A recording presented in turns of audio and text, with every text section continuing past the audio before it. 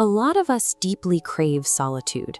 We take late-night drives to clear our heads, or we seek out empty walking paths to escape the heavy, constant noise of society. We do this because human brains naturally equate being entirely alone with being safe. If no one is around, no one can hurt us.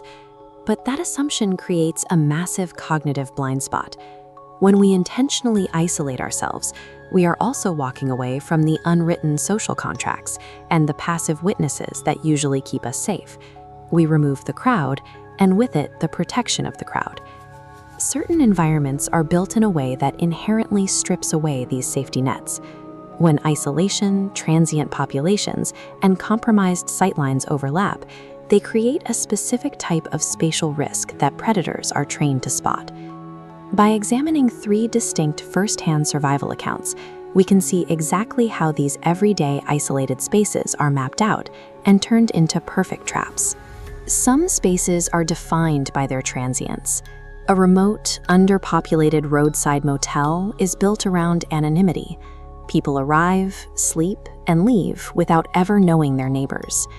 A commercial refrigeration worker experienced the reality of that anonymity while traveling through rural Pennsylvania. At a nearly empty motel, a distracted clerk warned him not to answer his door. Outside, a man sat perfectly still in an old green pickup truck, headlights off, simply watching. The geometry of the motel made the worker an easy target to track. His room sat at the far end, far from the office, while the truck was positioned 2 spaces away with a direct line of sight. This allowed the group to isolate him from potential help. The first night was a slow escalation. Footsteps paced back and forth outside the worker's door, stopping and waiting in dead silence. Through the peephole, he eventually spotted a man crouched low to the ground. They were probing the perimeter, testing his reactions and looking for a way in. By the second night, the probing turned into an active attempt. The worker heard slow footsteps outside, then a soft tap, a fingernail dragging down the glass. Someone was standing mere inches away from where he lay, sending a clear message that they knew he was inside. This was a coordinated, multi-point siege. As the bathroom window started to inch open, someone else picked the lock to the adjacent room. The worker heard them enter the empty space and deliver a heavy strike to the shared wall behind his headboard, testing the structural weakness. The physical evidence left behind immediately confirmed the intent. Police found the bedroom window screen hidden deep in the bushes and fresh pry marks on both the victim's truck and the door next door. Hidden under the victim's bed was a torn scrap of newspaper with his room number and license plate written on it. They had been watching him long enough to record his details. In a transitional space, the constant turnover of strangers provides the perfect cover for a hunting party to blend in while they wait for a target to be truly alone. Modern vulnerability isn't limited to physical buildings. It also exists in the bridge between our digital lives and our physical environments. A young woman matched with a man named Killian on Tinder. Over several weeks, they chatted online, but never met. Despite the physical distance, his messages became violently possessive, eventually escalating to literal death threats if she ever stopped responding. We often operate under the illusion that threats originating online are contained to our screens. We often blindly assume that without our direct permission, a digital stalker cannot cross the threshold into our physical reality. That illusion shattered late one night after a drive. The young woman was dropped off near her home. As she walked up her dark alleyway, an address she had never given Killian, she heard a man call her name. He had used the digital trails she left behind to find her sanctuary and wait for her in the dark. The ambush was brutal. He grabbed her throat, slammed her head into the wall, and repeatedly choked her until she gasped for air. When he finally threw her to the ground, she looked into his eyes and saw zero emotion. This invisible bridge allows a predator to bypass traditional stalking entirely. They don't need to follow you through the streets if they can harvest enough information from your digital footprint to pinpoint where you live and wait for the moment you're most exposed.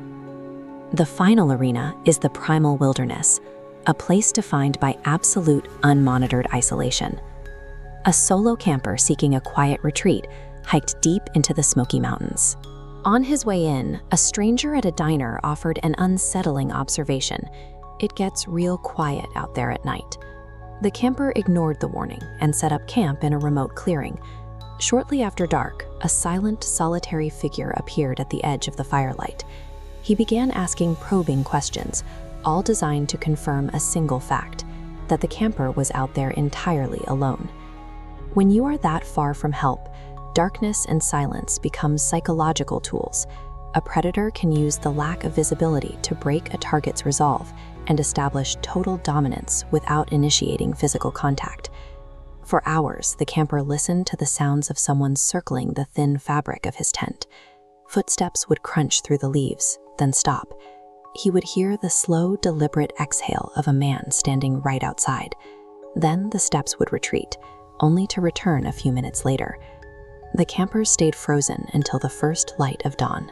As he unzipped his tent to flee, the silence was broken by the sound of multiple sets of footsteps scattering deep into the woods. He realized he had been surrounded by a group throughout the night. He ran to his car and returned hours later with the sun high in the sky to retrieve his gear. The site had been entirely stripped. His tent and sleeping bag, his supplies, were all gone. Only the black ashes of his fire remained. Wilderness isolation entirely removes the societal safety nets we normally take for granted. It forces a confrontation with human pack-hunting behavior, where a group exploits the primal fear of what might be watching from the shadows. For all three victims, the baseline of security is permanently altered. The worker never camps alone. The hiker lost his peace of mind in the woods. And the young woman now carries a police-issued panic button, knowing her stalker remains a threat. This is the weight of hypervigilance. The physical danger eventually ends, but the psychological toll of realizing how easily your environment was weaponized against you lasts long after the threat has vanished. In every case, the predators relied on their target's social conditioning. They expected the victims to be polite, to brush off the weird comments at the motel or the diner, and to ignore the intuition that told them something was wrong. Moving safely through the world requires prioritizing the fear rising on your neck over the fear of being rude. If a space isolates you or locks you into a dead end, your internal alarm is likely seeing a spatial trap that you haven't consciously processed yet. Safety isn't found by simply avoiding the quietest places. It comes from accepting that when you step into the shadows, your instincts are your first and most reliable line of defense.